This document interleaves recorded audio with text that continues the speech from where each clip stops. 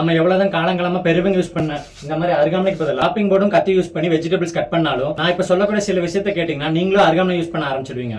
முதல் விஷயம் என்னன்னா, இந்த மாதிரி அருகாமனை யூஸ் பண்ணீங்கன்னா அதிகமான காய்கறி கூட கொஞ்ச நேரத்துல நம்மளால ஈஸியா கட் பண்ணி எடுத்துட முடியும். இதுக்கு ரீசன் என்னன்னா, இதோட பிளேட் நமக்கு ஃபிக்ஸ்டா இருக்கனால ஒரு ரிப்பீட்டேட்டிவ் ஆக்ஷனை வந்துட்டு ரொம்ப குயிக்கா நம்மளால செஞ்சு முடிக்க முடியும். ரெண்டாவது விஷயம் என்னன்னா, நம்ம நைஃப் யூஸ் பண்ணி கட் பண்றதை விட இந்த மாதிரி அருகாமனை யூஸ் பண்ணி நம்ம கட் பண்ணும்போது நமக்கு கிடைக்கக்கூடிய வெஜிடபிளோட ஸ்லைஸ் பாத்தீங்கன்னா ஒரே ஈவனா இருக்கும்.